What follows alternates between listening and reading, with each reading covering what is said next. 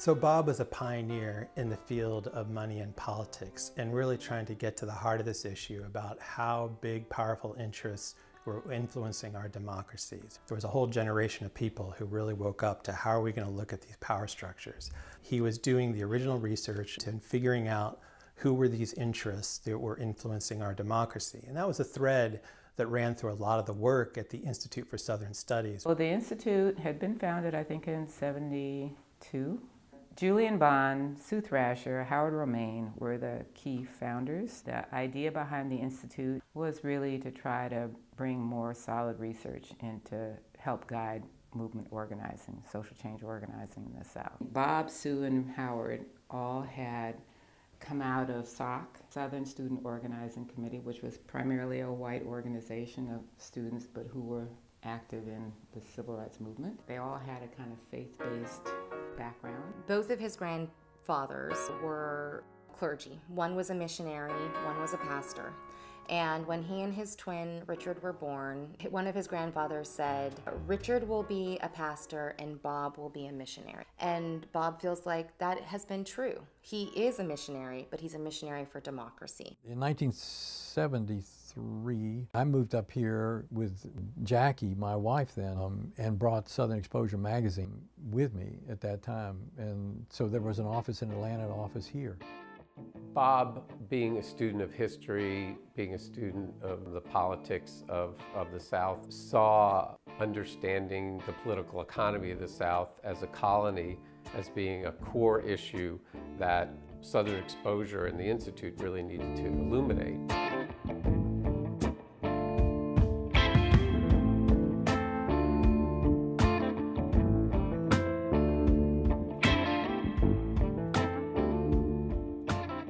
Bob's work was really into the research, and he was quite driven by it, handling all that, detail numbers and all in the early publications that we did, all those charts. And I actually ended up being the one to draw many of the charts. I could handle a tedium. All that data, that was all Bob's thrust.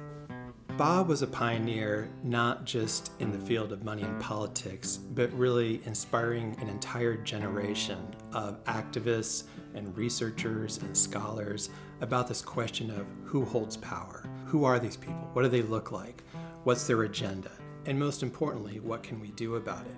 And it was really in, I think, the early 1990s, a democratic reform project sprung up at the Institute, and that became Democracy South. At today's Democracy South seminar, speakers voiced their concerns about the need for change. A political system that cuts out folks who don't have money, power, and influence.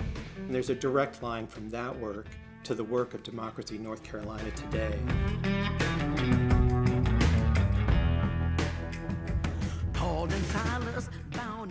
What was unique about Bob is that he very much embodied the civil rights movement.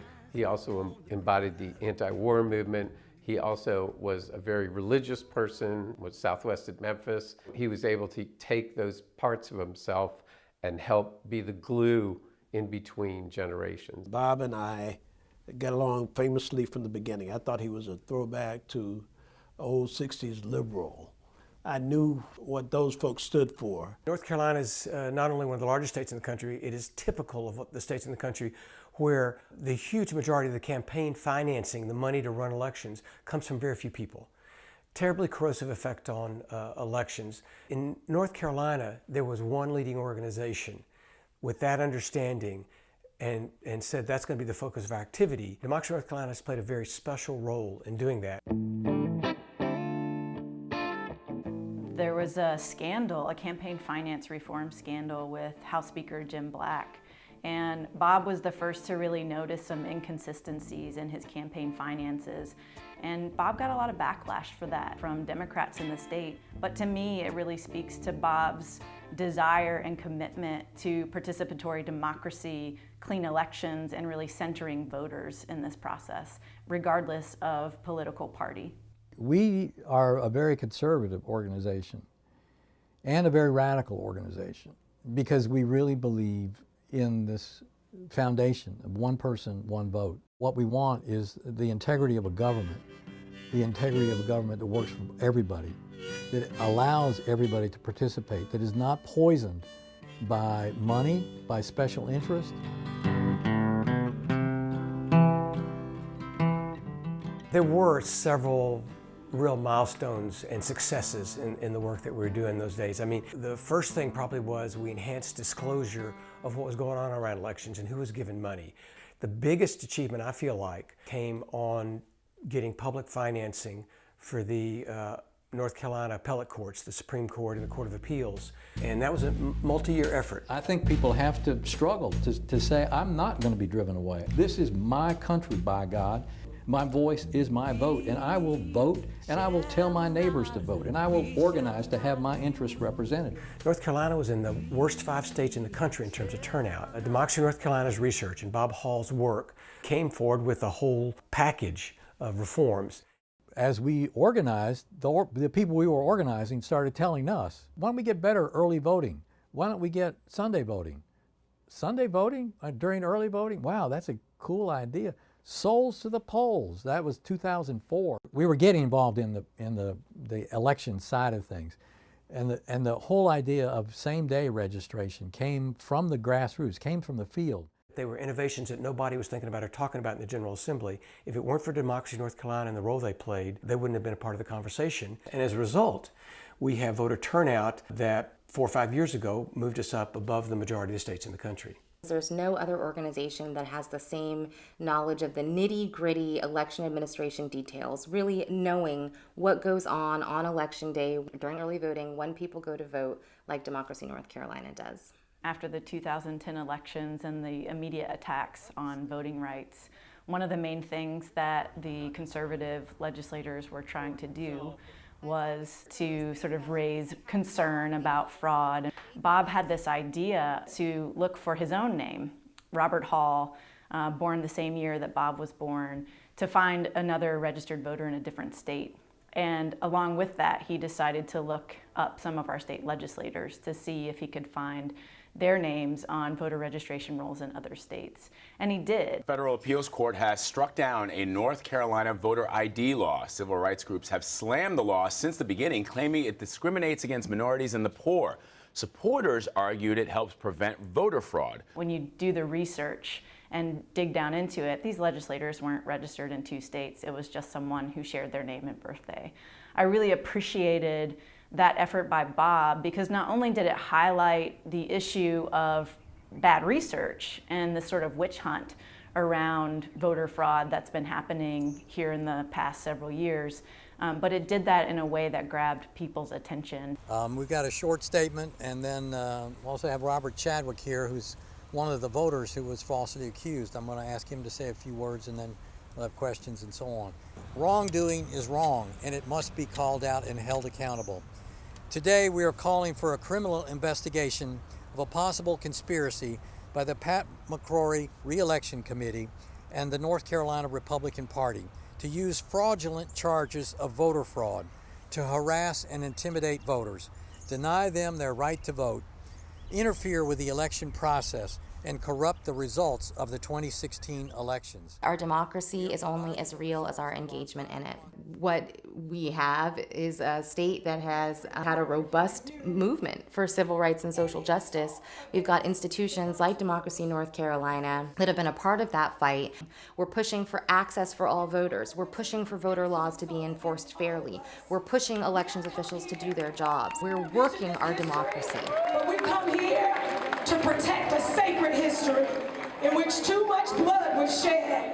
We come and we stand in the name of Medgar Evers, James Chaney, Andrew Goodman, and Michael Schwerner. To talk about voting rights is Mr. Bob Hall.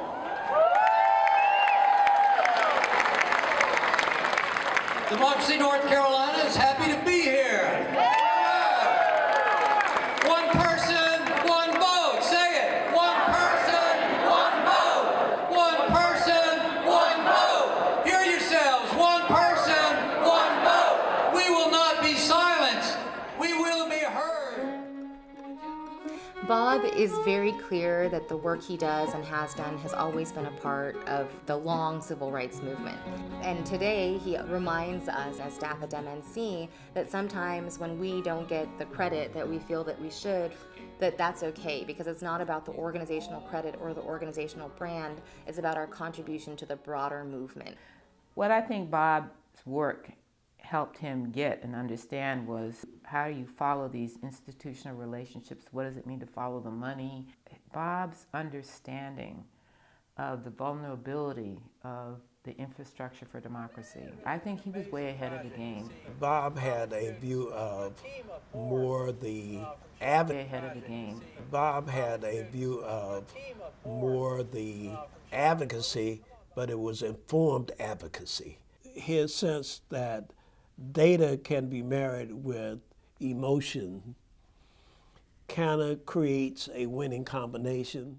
They call it power mapping now, a lot of the analysis of trying to identify who has the power, what are the influences on that center of power, and where can you bring your forces to bear. I'll say that a lot of my research comes out of just being a fifth grade math student, that I can add and subtract really quick. The piece that I learned early on is that don't think of research as some academic exercise. It's really detective work. You're trying to find the answer to some problem. Bob has been the repository of good information that he's willing to share about how people vote, how many people vote, what the registration is, and that has helped inform the work that I do. Democracy NC's most significant accomplishment is building out, organizing staff and capacity to scale, and being one of the only organizations to make that level of investment. Particularly around voting rights, a national organization will call and say, we have this great resource. It's a How to Vote in North Carolina guide, and we want to make 300,000 copies of it. And Bob will say, he'll see it, it will actually have incorrect information. Or he'll say directly to them, like, we could actually produce this for ourselves and it would be actually correct, and you could just send us the money. We would go all over the state of North Carolina working with community members. I mean, this might be 15 people in Franklin out in western North Carolina, 10 people in Elizabeth City. But I always was struck by the wide diversity. Democracy North Carolina was playing a part in bringing people together. Well, Democracy North Carolina has these GOTV coalitions across the state in different counties, and those coalitions are made of a smaller organization. So let's say the local NAACP or another local community-based organization. And so they print materials in mass, whether that's voter guides or the Martin Luther King brochures. Bob was good at knowing different folks to call together to do things, but his trying to constantly work at developing relationships. Where he found an organization or local leaders, he would kind of plug in. His relationship with Reverend Barber right now is like his ideal. Say voting rights, the battle, we must fight, and we will win. Yeah, probably the classic Bob is, I'm gonna have this party and all these people are gonna come over, and it's like, we're gonna do a mailing. Yet another mailing. He would go to meetings, he would always have a box of envelopes that he's, addressing or folding, and it was constant. It is a fight. It is hard. It does take energy. It takes time. You don't win all the time. Over the long run, though, if you look, the arc of history points toward justice. We have to keep that in mind and keep fighting for it. First impressions, I thought he was a curmudgeon. The thought, that comes to mind, but I don't mean that literally, more figuratively, that he worked night and day, that he seemed to never stop working. I thought perhaps he didn't sleep, or maybe there were two of them and we only got to see one of them. When I first started working with Bob and his daughter Cecilia was still in high school, and Bob works from his home, I would call and you'd hear in the background this operatic voice. That was his daughter, Cecilia. I just always remember that and thinking about, gosh, that's pretty nice.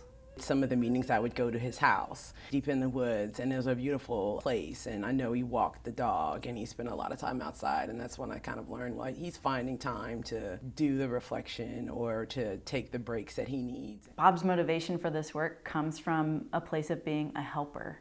I didn't think of Bob as a helper because he works very independently, but he doesn't like seeing other people suffer, and he really can't stand seeing people being oppressed and disenfranchised. There were numerous times working with Bob that I could just feel how the work that he was doing was piercing through the hypocrisy of the ruling establishment.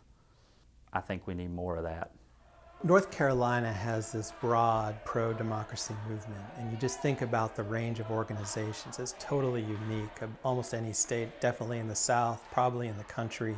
And these are all groups that were inspired by, informed by Bob Hall. Bob was only a couple of years older than I was when we met, and he's still only a couple of years older than I am today. The thing that's always seemed true to me is he seemed to have a pretty good, far-sighted sense of what to do and how to do it, a sense of strategic vision. I would just say the thing that I appreciate a lot about Bob is that he is a white male with a great deal of privilege, running an organization that leans into being an anti-racist and a leader in that space, and really calls questions to, like, how is this helping engage in the people most impacted by the things that we're fighting, whether that's voting rights or environmental reform or other types of issues, housing issues. There's so many different issues. I love him deeply, and I'm going to miss him as the leader of Democracy North Carolina, but I don't plan to let him get too far away.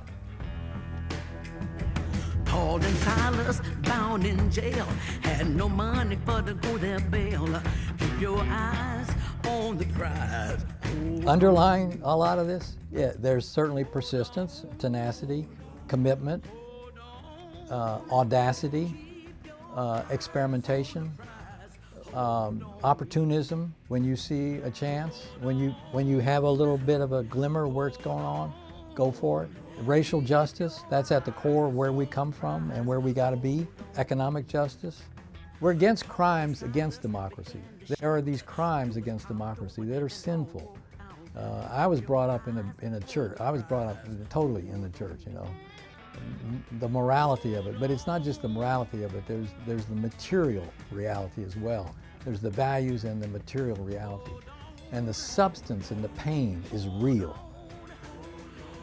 And people got to battle that. And that's what I think, people have to feel that and then apply all the skills they have to fight. Keep your eyes on the prize. Hold on.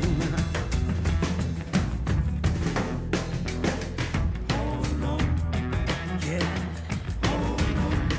Hold on. Hold on. Hold on.